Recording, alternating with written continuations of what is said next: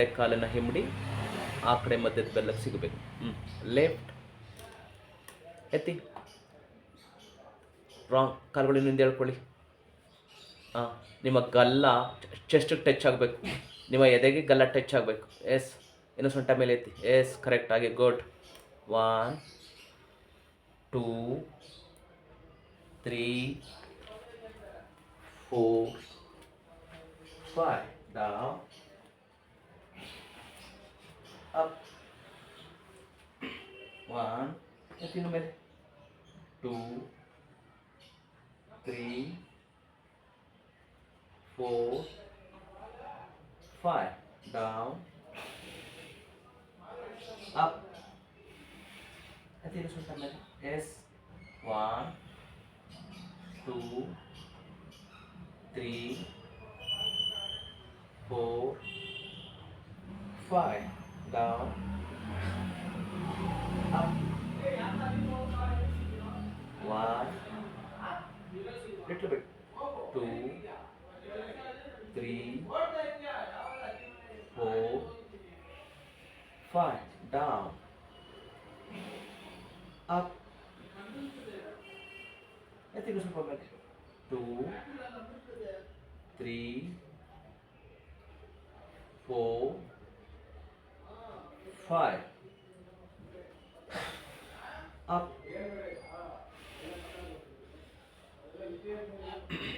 ನಮಸ್ತೆ ಪ್ರಿಯ ವೀಕ್ಷಕರೇ ಮತ್ತೆ ಬಂಧುಗಳೇ, ನಾನು ನಿಮ್ಮ traditional Ayurveda, Ashtanga yoga, acupuncture, acupressure, Panchakarma, physiotherapist, ವೈದ್ಯರು KV ಮಹಾದೇವ್. ಸೊ ನಂದು BP, sugar, thyroid, cholesterol, Parkinson's, varicose veins, lumbar spondylitis, cervical spondylitis, disc bulging, disc slip, sciatica, knee joint pain, neck joint pain, so heel joint, ಹೀಗೆ ನಾನು ಏನೇನು ಕಾಯಿಲೆಗಳಿಗೆ so treatment ಅಂತ ಮಾಡ್ತೀನೋ 90% ಇದರಲ್ಲಿ physiotherapy ಮತ್ತೆ ಯೋಗ ಥೆರಪಿನ ನಾನು ಅಳವಡಿಸ್ಕೊಂಡಿರ್ತೀನಿ. ಮೆಡಿಸನ್ಗಿನ್ನ ಜಾಸ್ತಿ 100% ಅಲ್ಲಿ ನಾನು ಪ್ರತಿ ಒಂದು ಪೇಷಂಟ್ಗೆ, ನನ್ನ ಪೇಷಂಟ್ಗಳು ಯಾಕೆ ಅದು ಡಿಸ್ಕ್ ಬಲ್ಸ್ ಆಗಲಿ, ಡಿಸ್ಕ್ ಸ್ಲಿಪ್ ಆಗಲಿ, ಬೆನ್ನೋವಾಗಲಿ, ಕುತ್ತಿಗೆ ನೋವಾಗಲಿ, ಭುಜ ನೋವಾಗಲಿ, ಕಾಲು ನೋವಾಗಲಿ, ಮಂಡಿ ಸಾವ್ದಿರದಾಗಲಿ, ಸೊ ಇದರಲ್ಲಿ ನಾನು ಜಾಸ್ತಿ ಫಿಸಿಯೋಥೆರಪಿ, ಪಂಚಕರ್ಮ, ಬಾಡಿನ ಡಿಟಾಕ್ಸ್ ಮಾಡೋದು, ಸೊ ಯೋಗ ಥೆರಪಿ,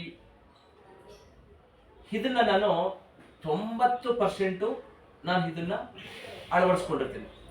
ಸೊ ಹಾಗಾಗಿ ತುಂಬ ಜನ ಏನು ಹೇಳ್ತಾರೆ ಅಂದರೆ, ನನ್ನ ಹತ್ರ ಬಂದವ್ರದ್ದು ಯಾರ್ದು ಕೂಡ ಫೇಲ್ಯೂರ್ ಆಗೋದಿಲ್ಲ. ಯಾರ್ದು ಫೇಲ್ಯೂರ್ ಆಗ್ತದೆ ಅಂದರೆ, ಸೊ ಹೇಳಿದ್ದನ್ನ ಡಯಟನ್ನ ಫಾಲೋ ಮಾಡದೇ ಇರೋರು, ಕರೆಕ್ಟಾಗಿ ಟ್ರೀಟ್ಮೆಂಟ್ ಬರದೇ ಇರೋರು, ಸೊ ಹೇಳಿದಂತಹ ಫಿಸಿಯೋಥೆರಪಿನ ಸರಿಯಾಗಿ ಮಾಡದೇ ಇರೋರು, ಸೊ ನಾವು ಏನು ಮಾಡಬಾರ್ದು ಅಂತ ಹೇಳಿರ್ತೀವಿ ಅದನ್ನೇ ಮಾಡುವಂತಹವರು, ಈ ಥರದವ್ರು ಮಾತ್ರ 100ರಲ್ಲಿ ಒಂದು 20% ಫೇಲ್ಯೂರ್ ಆಗ್ತದೆ. ಇನ್ನು 80% ನನ್ನ ಹತ್ರ ಇಲ್ಲಿ 100ರಲ್ಲಿ 80 ಜನ ಬಂದವರೆಲ್ಲ ಯಾಕೆ ನಿಮ್ಮ ಕೈ ಗುಣ ಚೆನ್ನಾಗಿದೆ?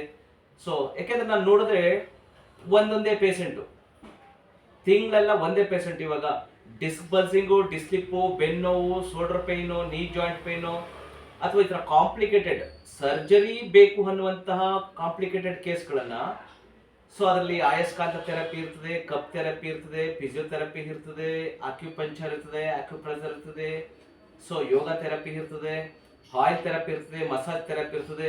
ನಾನು ಒಂದೊಂದೇ ಪೇಷಂಟ್ಗಳು ಅವರು ಸಂಪೂರ್ಣವಾಗಿ ಕ್ಯೂರ್ ಆದಮೇಲೆ ನೆಕ್ಸ್ಟ್ ಪೇಷಂಟಿಗೆ ನಾನು ಸೊ ಅಪಾಯಿಂಟ್ಮೆಂಟ್ ಕೊಡೋದು, ಅಥವಾ ಬೆಳಗ್ಗೆ ಒಬ್ರು ಸಾಯಂಕಾಲ ಒಬ್ರು. ಒಂದೇ ಪೇಷಂಟ್ 2 ಟೈಮ್ ಬರ್ತಾರೆ ಅಂದರೆ ಕೊಡೋದಿಲ್ಲ. ಅದಕ್ಕೋಸ್ಕರ ಒಂದೊಂದೇ ಪೇಷಂಟ್ ತಿಂಗಳೆಲ್ಲ ನಾನು ಕಾನ್ಸಂಟ್ರೇಟ್ ಮಾಡ್ತಿರ್ತೀನಿ. ಅವ್ರಿಗೆ ಜ್ಯೂಸ್ ಬೇಕಾ, ಅಥವಾ ಅವ್ರ ಮೆಡಿಸಿನ್ಸ್ ಬೇಕಾ, ಅವ್ರ ಒಬ್ಯಾಸಿಟಿ ಕಡಿಮೆ ಮಾಡ್ಕೋಬೇಕಾ, ಅಥವಾ ನೀ ಜಾಯಿಂಟ್ಗೆ ಏನು ಮಾಡಬೇಕು, ಇದ್ರ ಮೇಲೆಲ್ಲ ತುಂಬ ನಾನು ಅವ್ರ ಮೇಲೆ ಫೋಕಸ್ ಮಾಡೋದ್ರಿಂದ ಸೊ ರಿಸಲ್ಟ್ 100% ರಿಸಲ್ಟ್ ಬರ್ತದೆ. ಅವ್ರು ಎಷ್ಟೇ ವರ್ಷಗಳಿಂದ ಸಫರ್ ಮಾಡ್ತಾ ಇದ್ರು ರಿಸಲ್ಟ್ ಪಕ್ಕಾ ಬರ್ತದೆ. ಇದು ನನ್ನ ವೈದ್ಯಕೀಯದ ಗುಟ್ಟು. ಸೊ ಮತ್ತೆ ಡಿಸ್ಕ್ ಬಲ್ಸಿಂಗ್ ಬೇರೆ ಇರ್ತದೆ, ಹರ್ನಿಯೇಟೆಡ್ ಬೇರೆ ಆಗಿರ್ತದೆ, ಮತ್ತೆ ಡಿಸ್ಕ್ ಸ್ಲಿಪ್ ಇರ್ತದೆ. ಹಾಗಾಗಿ ಡಿಸ್ಕ್ ಸ್ವಲ್ಪ ಮೇಲೆ